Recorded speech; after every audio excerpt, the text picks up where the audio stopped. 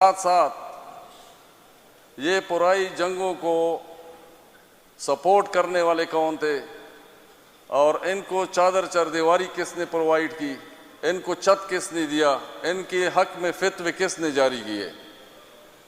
तो फिर हम 80 की दहाई वाली बातें लाजमी पूछेंगे कि अगर आज ये लोग हमें ताना देते हैं तो हम भी इनसे ये सवाल करते हैं कि बाबा ये पुराई जंगों को 80 की दहाई में लाकर पिछले 40-45 साल से हमारी कौम का इस्तेहसाल हो रहा है, एक किस्म की नस्ल कुशी जारी है। तो इसका भी सवाल लाजमी हम अदनान खान और उनके कायदीन से करेंगे। और जहाँ तक अपोजिशन लीडर की बात है कि जब उन्होंने कहा कि आपका सीएम जो है वो अफ़गानिस्तान से किस हैसियत में बात करना चाहता है, लेकिन उनको शायद एहसास नहीं कि हमारे सीएम अली खान ने एपेक्स कमेटी में सिर्फ ये बात नहीं की थी कि मैं अफ़गानिस्तान से बात करना चाहता हूँ, सबसे ज़्यादा उन्होंने मेहनत समाजत की कि भाई हमारे लोग मर रहे हैं, हमारे सूबे में खून की होली खेली जा रही है और पिछले 40-45 साल से अभी मैं इक़्तिदार में हूँ, मैं जब इनको देखता हूँ तो मुझे दुख होता है, दर्द होता है। वो कहते हैं ना कि दिल ही तो है न संगो खेश दर्द से बर न आए क्यों, रोएंगे हम हजार बार कोई हमें सताए क्यों। तो जब बार बार उनको कहा गया, सवाल मेहनत जारी की कि बाबा उठो अफ़गानिस्तान से बात कर लो, क्योंकि हमारी हुकूमत का रियासत का ये बयानिया है कि ये सारी दहशतगर्दी अफ़गानिस्तान से हो रही है। तो फिर वज़ीर आला अली अमीन खान ने इसी बुनियाद पर इनसे बात की कि अफ़गानिस्तान से जाके बात कर लो। तो अभी एतराज़ किस बात पे है, लेकिन ख्वाजा आसिफ जिस तरीके से बात कर रहा था, कभी असम्बली फ्लोर पे खड़ा होकर, कभी जो है ना मीडिया के सामने, और जिस तरीके से इस चीज़ को उछाल रहा था कि ऐसा जिस तरह एक पूरी जो है ना हमने सूबाई हुकूमत उनके हवाले कर दी किसी, या अफ़गानिस्तान में चले गए या हमने रियासती हदूद अबूर कर दी। लेकिन ख्वाजा आसिफ को यह एहसास तक नहीं कि इस मौजू पर भी बात कर ले कि ये अफ़गानिस्तान से बात करते हैं या नहीं करते हैं। वज़ीर आला ने तो मेहनत की है कि भाई बात करो, आपका बयानिया यही है कि सारी दहशतगर्दी अफ़गानिस्तान से हो रही है, तो फिर अफ़गानिस्तान से बात करने में क्या जो है ना ऐसा खर्च है, क्या मसला दरपेश है आपको। और फिर जहाँ तक इनकी बात हुई कि आपका कायद कहता है कि मैं इस्टेब्लिशमेंट के अलावा किसी सियासी क़ुव्वत से बात नहीं करूँगा, तो बाबा कौन सी सियासी क़ुव्वत से हम बात करें। आप तो कहते हैं कि हम बाइख्तियार हैं, आपका कायद जो है वो सरेआम मीडिया पे सारे कौम के सामने कहता है कि पश्तून बेवकूफ़ अवाम है, जितने भी पश्तून है ये बेवकूफ़ है, ये उसने सरेआम कहा हुआ है। जनाब स्पीकर, एक कायद हमारे बारे में ऐसा कहता है, वो उसकी कोई वजूहात होती हैं। अगर नून लीग के इस कायद ने कोई भी बात की, पूरी ज़िंदगी में एक ही सच बोला है, वो ये बोला है कि हम बेवकूफ़ हैं। क्यों मैडम? वो इसलिए कि उसके पास इस बात के वैलिड आर्गूमेंट्स हैं। हम हमेशा इस्तेमाल हुए हैं, पश्तून हमेशा इस्तेमाल हुआ है। खुदकश हम बने, दहशतगर्द हम बने, गद्दार हम बने, मुजाहिद हम बने, तालिब हम बने। कोई ऐसी चीज़ नहीं है कि जब रियासत ने मांगा और हम नहीं बने। तो इससे बड़ा बेवकूफ़ कौन हो सकता है। तो उसने सच बात की, क्योंकि उसके आका ने ये जंग, पुराई जंग ला के हम पे मुसल्लत की, और ये उस वक्त इनका कायद जो है ये उनके साथ बैठा हुआ था। मैडम स्पीकर, उस वक्त से हम मर रहे हैं और हमारा कोई पुरसान हाल नहीं है। और जब हम कहते हैं बात करो तो उस पर भी एतराज़ है। उसकी बेटी ने पश्तूनों को सरेआम दहशतगर्द कहा है। और अगर इतनी बातें हमारे फौज के खिलाफ, हमारे इदारे के खिलाफ और या ईसाई के खिलाफ जितनी बातें नवाज शरीफ ने, मरियम नवाज ने और ख्वाजा आसिफ ने की है, अगर 5% भी ये बातें हम कर लेते, हमारे सूबे का कोई लीडर करता या तहरीक इंसाफ का कोई लीडर करता, तो अभी तक उसको या फांसी हो चुकी होती, या फिर वो हयात जेल में होता, या फिर कम से कम गायब हो जाता। लेकिन जनाब स्पीकर, इनको शर्म और हया ही नहीं है कि जिस तरीके से ये बात कर रहे हैं, और हमारे इदारों को भी इसका एहसास ही नहीं है कि ये वो लोग हैं जो फौज को बदनाम करते हैं, जो इदारों को बदनाम करते हैं, अपने मकासद के लिए इस्तेमाल करते हैं। जिस तरह हम इस्तेमाल हुए हैं इसी तरह फौज और फौज के इदारे भी इस्तेमाल हो गए, इन माफिया के हाथों में इस्तेमाल हो गए। और फिर गिला क्या करते हैं कि ये गदार, ये फलाना मुख्तलिफ नामों से हमें पुकारते हैं। जनाब स्पीकर, हम कभी भी ऐसी बात नहीं करना चाहते हैं जिसकी वजह से हमारे ऊपर ये इल्ज़ाम लग जाए कि खुदा नखास्ता हम इस मुल्क की रियासत को चैलेंज कर रहे हैं। आप जनाब स्पीकर अगर देख लें, जितनी भी हमारी कौम परस्त जमातें हैं, जितनी भी हैं, हर हमारी कौम परस्त जमात ने आज़ाद पख्तूनिस्तान की नफ़ी की है, हर कौम परस्त जमात ने। और इस सूबे में जितनी भी सियासी तहरीकें हैं, किसी ने भी जो है ना आज़ाद पख्तूनिस्तान की या आज़ाद रियासत की बात नहीं की। और सबसे ज़्यादा ये बात हमारी इस्टेब्लिशमेंट करती है, क्योंकि और कोई जस्टिफिकेशन रह नहीं गया है। ऐसा कोई जस्टिफिकेशन रहा हो जिससे हमें वो गदार ठहराए या हमें वो मुजरिम ठहराए, क्योंकि हम मुहब्बुल वतन पाकिस्तानी हैं। ये वाहिद एक चीज़ रह गई है कि वो कभी हमें जो है ना आज़ाद रियासत के नाम पर, कभी जो है ना रियासत से गदारी के नाम पर किसी न किसी बहाने हमें मुजरिम ठहरा देती है। जनाब स्पीकर, इसका रोकथाम होना चाहिए। मेरे जितने भी मुअज़्ज़ज़ अरकान हैं, सब ने बात की कि सियासी माहौल में, सियासी बातचीत में हमारे फ़ौज का किरदार है, लेकिन उन्होंने इस चीज़ को हाईलाइट नहीं किया जिसको मैं कर रहा हूँ कि हमारे सूबे में जितने भी हालात बने हैं, इन सब हालात की जिम्मेवार जो है ये हमारे इदारे हैं। अगर ये इतने स्ट्रांग होते तो कभी हमारे ये हालात ना बनते। हम ये समझते हैं कि हमारे साथ ज्यादती हो रही है, हमारी जानों को कभी भी जो है ना कीमती नहीं समझा जा रहा है, हमें हर जगह पे मारा जा रहा है, मुख्तलिफ नामों पे मारा जा रहा है। जब ज़रूरत पड़ी हमने जिहाद किया, जब ज़रूरत पड़ी तो फिर हम खुदकश भी बने। हमारे 80,000 जानें चली गई। 1 जनवरी 2010 गांव शाह हसन खेल, लकी मरवत, उसमें एक खुदकश आता है। गांव के ऐन वस्त में वॉलीबॉल का मैच हो रहा होता है और उसमें 105 जानें चली गई। ये गरीब लोग थे, ये वो गरीब लोग थे जो पाकिस्तान पर अपनी जानें निछावर करते हैं। मैडम स्पीकर, वो लोग लुक़मा अजल बन गए और ये सारे कलमा पढ़ने वाले थे और सारे पाकिस्तानी थे। और अफसोस की बात कि जिसने खुदकश किया वो भी गालिबन कलमा पढ़ने वाला था।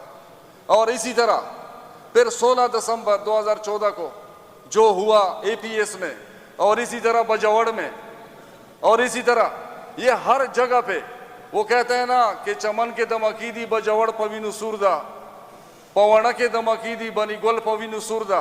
ये सारी जिंदगी हम लाशी पिछले 40-45 सालों से उठा रहे हैं। मैडम स्पीकर, इसका कोई रोकथाम होना चाहिए। ये जब तक हम इसको लगाम नहीं देंगे, जब तक इदारे इस बात पे हम राजी ना करें, इस बात पे हम उनको बैठा ना लें कि बाबा बस अब ख़त्म हो गया। ये जो फॉर्म 47 वाली हुकूमत है, हमारे कायदे से हिज़्ब इख्तिलाफ और ख्वाजा आसिफ जो अपने आप को बड़ा तिस्मर खान समझता है, ख्वाजा आसिफ से मैं पूछता हूँ, हमें ताना दिया जा रहा है कि बन्नू में पुलिस, लकी में पुलिस वो धरने पे बैठी हुई है। हम कहते हैं, आप तो कहते हैं कि हम बड़े जो है ना जोर वाले, बड़े ताकत वाले और ख़ुद मुख्तार और इख्तियार वाले वज़ीर आज़म हैं। तो मैं उस बाइख्तियार वज़ीर आज़म को कहता हूँ कि लकी पुलिस को जिसने बाहर रोडों पर बैठाया है उसी को कह दे कि इसको रोडों से उठा लें। हम नहीं हैं उनको रोडों पर बैठाने वाले।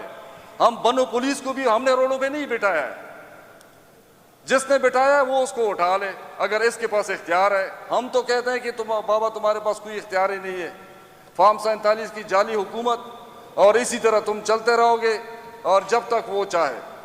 लेकिन जनाब स्पीकर, इन लोगों का, इन पूरे जो है जो भी फॉर्म 47 वाली वफाकी हुकूमत है, इनका एक ही काम है कि किसी तरीके से हमें जो है ना निस्त नबूद कर दे, ख्वाह हमारे वो तरीके इंसाफ वाले हैं या हकूक मांगने वाले।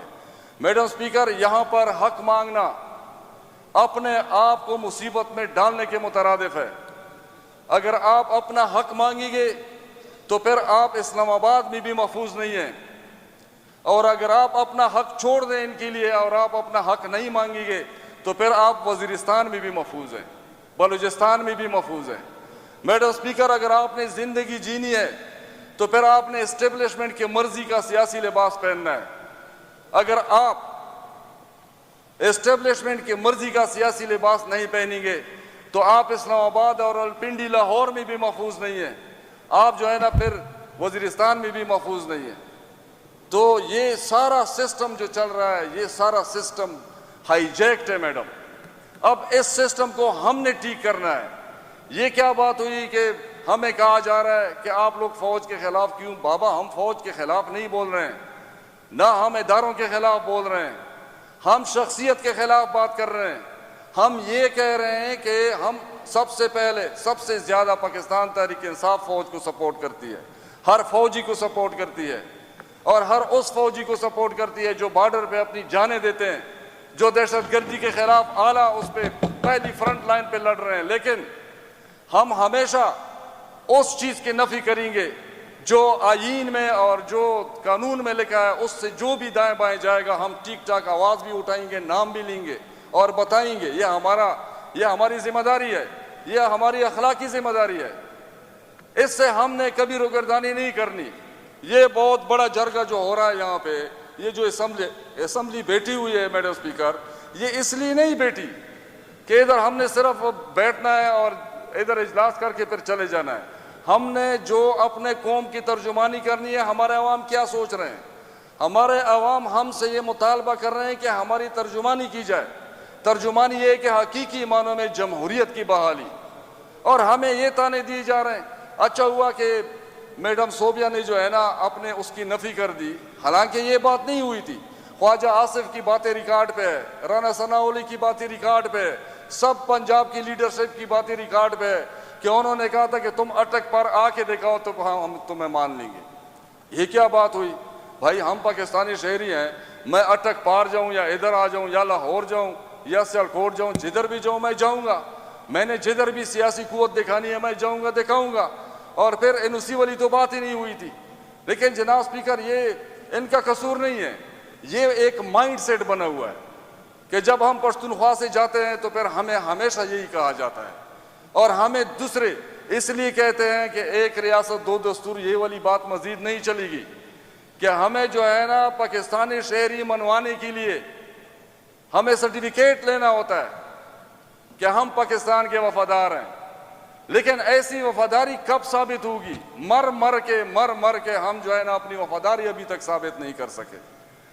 मैडम स्पीकर, ये पूरा ड्यूरल लाइन हमने संभाला हुआ है, पश्तूनों ने संभाला हुआ है, और ये चतराल से लेकर ये उधर तक जाएं।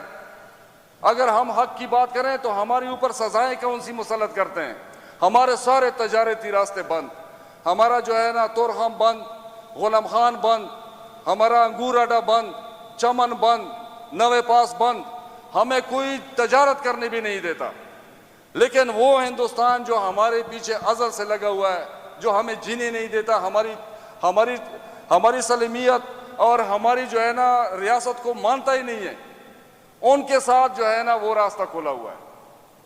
हालांकि हर शाम को सेरेमनी होती है, गेट बंद कर देते हैं, लेकिन तजारत फिर भी चल रही होती है। और फवाद चौधरी ने ठीक बयान दिया था, उन्होंने कहा था, फवाद चौधरी ने यह कहा था कि हम ये पंजाब वो पंजाब एक ही हैं। तो हम कहते हैं कि अगर किसी ने सच बात की हो तो उसको मानना चाहिए। हम जो ये इधर बैठे हुए हैं, ये सारे पश्तून जो इधर बैठे हुए हैं मैडम स्पीकर, ये सबको आवाज उठानी होगी और इन सबको पता होना चाहिए, इनके दिल में ये बात बैठ जानी चाहिए कि पश्तूनों ने जब शाह शुजा अफगान को नहीं बख्शा गद्दारी पे, तो फिर ये हम ये आवाम नहीं बख्शेगी। हमारा दीन और ईमान है कि हमने अपने रिवायात को और अपनी जबान को ठीक ठाक आगे लेके जाना है। हम नहीं लेके जाएंगे तो कौम हमें नहीं छोड़ेगी। मैडम स्पीकर, हमारे कुछ ऐसे मसाइल हैं, आप देखेंगे कि इतनी बातें हमने की है, इतनी ज्यादा। अब जिनके बारे में ये बात हो रही है, मुझे नहीं पता कि वो सुन रहे हैं कि सुन भी नहीं रहे हैं। अगर सुन रहे हैं तो अनसुनी कर रहे हैं। वो कहते हैं कि पत्ता पत्ता बूटा बूटा हाल हमारा जाने है, जाने न जाने गुल ही न जाने।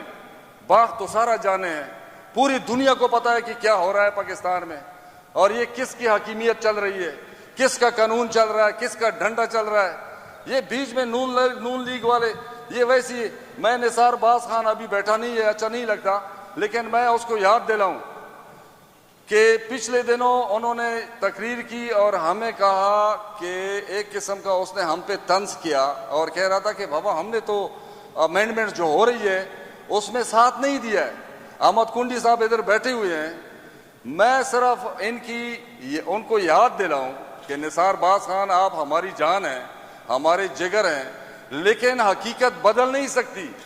आप अपने कायद की वो तकरीर सुन ले, जब जरदारी साहब ने कहा कि हम अमेंडमेंट का साथ देंगे तो फिर इन्होंने भी बयान दिया कि हम देंगे।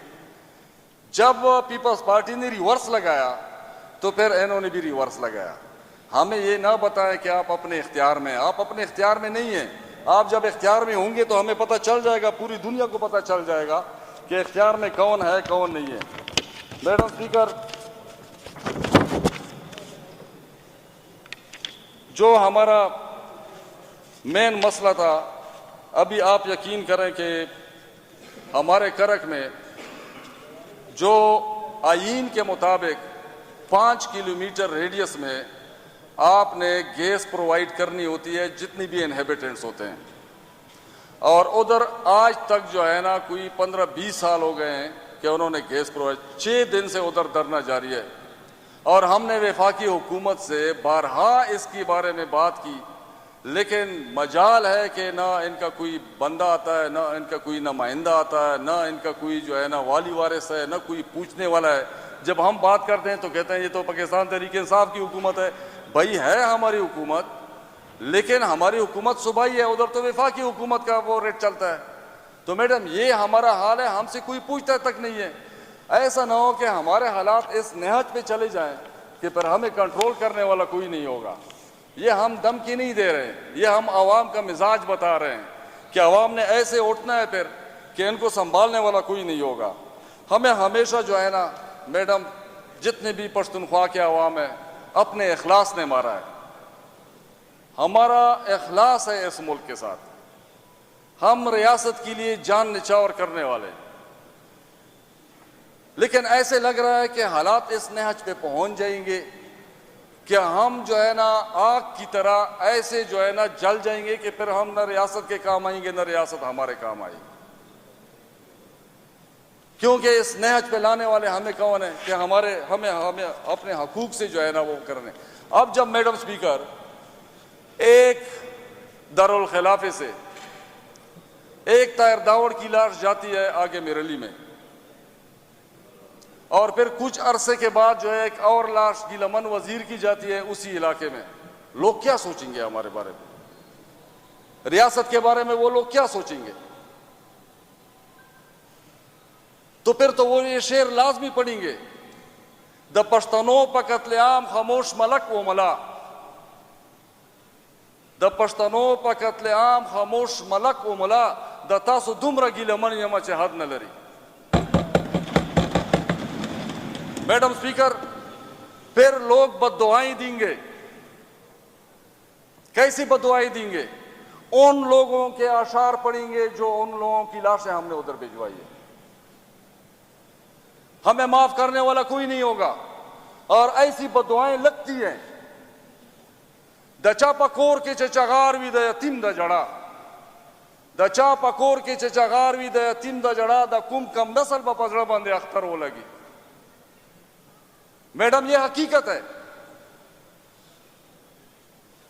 जमा सीना के द खंजर पर डूबी दो खुशालो, रब तम सवाल दे चे पता सो द खंजर हो लगी। द जुल्म ख्वान बदर मालूम शी चे जालिम कला चेस्ता बचे चरता पलास द जोरावर हो लगी।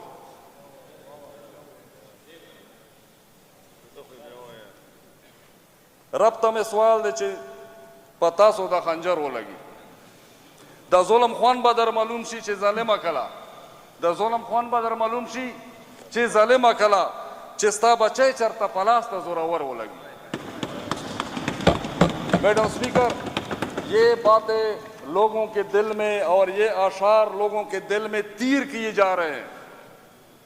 और हमारे वज़ीर आला अली खान ने इनके बकौल जो हमें बार बार निसारबाज और अदनान ये लोग दावत देते हैं, पश्तून अदालत की बात बता रहे हैं, हमारे वज़ीर आला सरदार अली खान ने पहले से इन पे बात की है, ओपन दावत दी है कि आए हमारे साथ बात करें, जो मसले हम हल कर सकेंगे हम उधर ही इसके आर्डर सादर करेंगे।